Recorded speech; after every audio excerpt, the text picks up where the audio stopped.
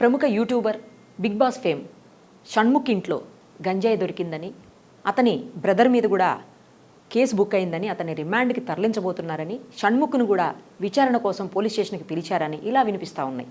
ఇందులో అసలు నిజమేంటి, ఎందుకు షణ్ముఖ్ ఇంట్లో గంజాయి దొరికింది, ఎలా దొరికింది, ఈ డీటెయిల్స్ అన్నీ కూడా మనకు చెప్పేందుకు ప్రస్తుతం మనతో పాటు ఉన్నారు నార్సింగి ఏసీపీ రమణగౌడ్ గారు. ఒకసారి ఆయన అడిగి మరిన్ని వివరాలు తెలుసుకుందాం. సార్ నమస్తే అండి. నమస్కారం అండి. Sir first of all 1 week అయింది మీరు వచ్చి, కంగ్రాట్స్ నార్సింగ్ లాంటి ఒక మంచి పిఎస్కి వచ్చినందుకు. యా సార్, ఏం జరిగింది ఈ కేసులో, ఎందుకు షణ్ముఖ్ ఇంటికి వెళ్లాల్సి వచ్చింది, ఎలాగ అసలు అక్కడ గంజాయి ఉందని మీకు తెలిసింది? Top more US based e-learning platform. మీరు కూడా స్లాట్ బుక్ చేసుకోవాలంటే ఈ నెంబర్ కి కాల్ చేయండి. నార్సింగి పిఎస్ కు సంబంధించిన అంటే SHO గారి దగ్గర ఒక అమ్మాయి వచ్చి, వైజాగ్లో ఉండేవాళ్ళు వాళ్ళు, ఒక సంపత్ అనేటటువంటి అబ్బాయితోటి తను ప్రేమలో ఉన్నానని, వాళ్ళిద్దరూ క్లాస్మేట్స్, ఒక 4-5 ఏళ్ళ నుంచి ప్రేమించుకుంటున్నాము, పెళ్లి చేసుకుంటానని చెప్పి నన్ను నమ్మించి మోసం చేసి నన్ను సెక్సువల్గా వాడుకొని తర్వాత వదిలేసి ఇంకొక అమ్మాయిని పెళ్లి చేసుకున్నాడని నాకు నిన్ననే తెలిసింది అని చెప్పేసి, దాంతో నేను వైజాగ్ నుంచి ఇక్కడికి వచ్చి కంప్లైంట్ ఇస్తున్నాను, అందులో యాక్షన్ తీసుకోండి. అటు వ్యక్తి ఈ ప్రిస్టేజ్ హైట్స్లో వాళ్ళ ఈ యూట్యూబరు పేరెంట్స్ షణ్ముఖ్ అని అంటారు కదా, షణ్ముఖ్ వాళ్ళ ఇంట్లో కలిసి ఉంటారు, వాళ్ళు అక్కడే ఉంటున్నారని చెప్తే ఈ కేసు ఇన్వెస్టిగేషన్లో పార్ట్ ఆఫ్ దట్ భాగంగా మా పోలీస్ ఆఫీసర్స్ అక్కడికి వెళ్ళడం జరిగింది. అక్కడ ఈ సంపత్ వినయ్ అండ్ ఇద్దరు షణ్ముఖ్ వీళ్ళు ఉన్నారు. అది అక్కడ విచారణ సందర్భంగా కాస్త అనుమానం వచ్చి అక్కడ చూస్తే అక్కడ గాంజా కూడా దొరికింది అని అన్నది నాకు ఇన్ఫర్మేషన్ చెప్పారు. అది ఫ్యాక్ట్ ఏదో some smaller quantity of ganja అక్కడ దొరికిందని చెప్పారు. ఇద్దరిని ఇన్వెస్టిగేషన్ జరుగుతుంది, వాళ్ళు అక్కడే ఉన్నారు.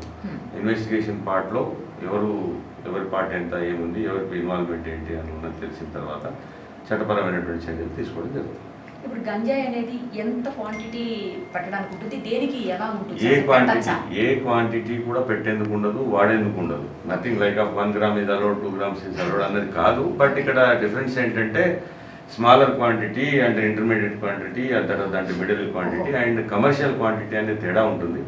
కమర్షియల్ క్వాంటిటీ అఫెన్సెస్ వేరే ఉంటాయి సెక్షన్స్. స్మాలర్ క్వాంటిటీ అంటే consumable items quantity, consumable items ఉన్న దానికి లెసర్ ఉన్న సెక్షన్స్ ఉంటాయి. అంతే తప్ప ఇంత క్వాంటిటీ పెట్టాలనేది ఎక్కడ ఉంది. ఏ క్వాంటిటీ ఉన్నా నేరం. గ్రీవెన్స్ లో తరుగుదల అంటే తగ్గుతుంది తప్ప, కానీ ఏ క్వాంటిటీ ఉన్నా అఫెన్స్.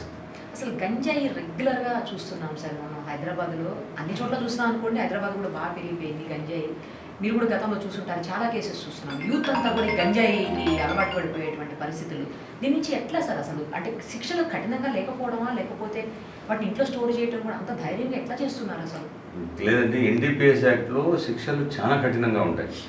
NDPS యాక్ట్లో అన్నిటికంటే కఠినంగానే శిక్షలు ఉంటాయి. కానీ బహుశా ఈ మధ్య ఈ ఇంటర్ బార్డర్స్ కొంత అక్కడ ఎక్కువ సాగు జరుగుతూ ఉంటుంది. మెయిన్గా మనకు వచ్చే సప్లై అంతా ఎక్కువగా వచ్చేది మాత్రం ఒడిశా ఆ బార్డర్ నుంచి, ఆంధ్ర ఒడిశా బార్డర్ల నుంచి వస్తుంటుంది. మరి ఏమైనా అంటే ఇంత శిక్షలు ఉన్న తర్వాత కూడా ఇంత జరుగుతుంది అని అంటే దాని గురించే గవర్నమెంట్స్ కూడా చాలా కఠినంగా దానికోసం సపరేట్గా యూనిట్స్ని అంటే ఏర్పాటు చేసి డీజీ లెవెల్ ఆఫీసర్స్ ఆధ్వర్యంలో వర్క్ నడుస్తుంది. కాబట్టి పక్కగా మా నమ్మకం ఏంటంటే త్వరలోనే ఇవి అరికట్టబడతాయని మేము ఆశిస్తాం. రైట్ సార్, ఈ పర్టికులర్ కేసులో ఎవరైతే షణ్ముఖ్ వాళ్ళ బ్రదర్ అన్నయ్య ఉన్నారో సంపత్ అనేది, అతని మీద ఇప్పుడు ఎలాంటి సెక్షన్స్ ఇంపోజ్ చేసే అవకాశం ఉంటుంది సార్? జనరల్గా మోసం చేశారు 417, 420 వస్తుంది. అంటే సెక్సువల్గా వాడుకున్నారు కాబట్టి ఆ 376 కూడా వాళ్ళు అబ్యూజ్ ఉంది అని చెప్పి, ఫోర్స్ఫుల్ ఉంది అని చెప్పి చెప్తున్నారు కాబట్టి అలాంటి 376 వస్తుంది. అవన్నీ కూడా అబౌట్ 10 years ఇంప్రిజన్మెంట్ కేసెస్ కాబట్టి ఆ శిక్షలు కూడా కఠినంగానే ఉంటాయి. దీంట్లో కూడా వస్తుంది సార్ గాంజాకి సంబంధించింది కూడా కన్జ్యూమబుల్ ఐటమ్ కాబట్టి శిక్షలు ఇవి పెద్ద శిక్షలు ఉంటాయి. కన్జ్యూమబుల్ ఐటమ్ ఇది కూడా ఇంప్రిజన్మెంట్ కేసెస్ కాబట్టి ఇందులో కూడా శిక్ష. ఇప్పుడు ఇందులో గంజాయి విషయంలో ఇతని ఇన్వాల్వ్మెంట్ ఏమన్నా ఉన్నట్టు అది మేము ఇంకా ఇన్వెస్టిగేషన్ పార్ట్లో ఉంది. ఒకవేళ ఇన్వాల్వ్మెంట్ ఉంటే ఇద్దరిది కూడా అందులో ఫిక్స్ అవుతారు.